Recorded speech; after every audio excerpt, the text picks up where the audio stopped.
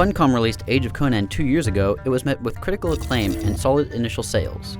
Yet as players moved through the level curve and discovered that the latter half contained very little structured content, the game went rapidly downhill and a mass exodus of subscribers occurred. Rise of the Godslayer is the first high-profile attempt by Funcom to entice players back and bring in new blood. Have they learned from their mistakes, or are they just repeating them?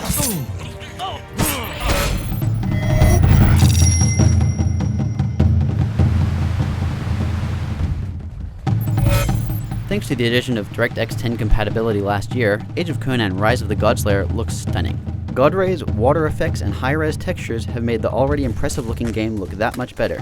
Though, when running it at higher specs, even an awesome rig will begin to chug.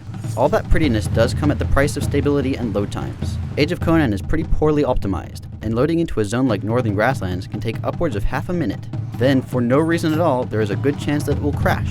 Spending that long loading, only to crash and have to do it again, is incredibly frustrating. The story is a little ham-fisted, and the quest dialogue can be hit and miss. Sometimes it is unintentionally cringeworthy, and sometimes it is genuinely entertaining, funny, or intriguing.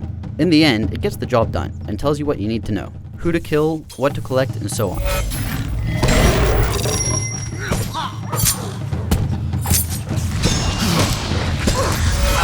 This is an expansion, so what is being expanded? For starters, there are 5 new and rather large zones in the continent of Kitai, filled with hundreds of new quests, 10 different factions which you can ally with or fight against, lots of new dungeons, and an alternate advancement system that allows you to grow and tweak your character by using an interchangeable set of perks. There are no new classes and no increase to the level cap. You can, however, make a Khitan character. The meat of the game, the quests, are all fairly well designed, and many take you to the same location for separate tasks, meaning you feel like you're constantly progressing in multiple areas. Many of the quests are repeatable, and you'll have to do them many times if you want to make any headway with your chosen factions. There is also a main quest line to discover who is behind an assassination plot against Conan that requires you to grind reputation with at least one faction. That can get pretty boring pretty fast. The new alternate advancement system works well, but takes a very, very long time, or a lot of very repetitive grinding to make any real headway in it. The perks it gives you are subtle but important, as the increased difficulty in the new areas means that without decent gear and these new perks, you're likely to die a great deal.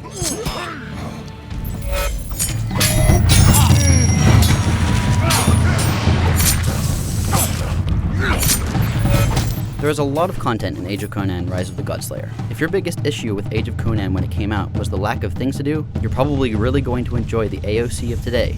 If you didn't like the combat, graphical style, or community, well, like any expansion, it's really more of the same. As for me, I found myself oddly compelled to keep playing, even after dying to packs of wolves a dozen times.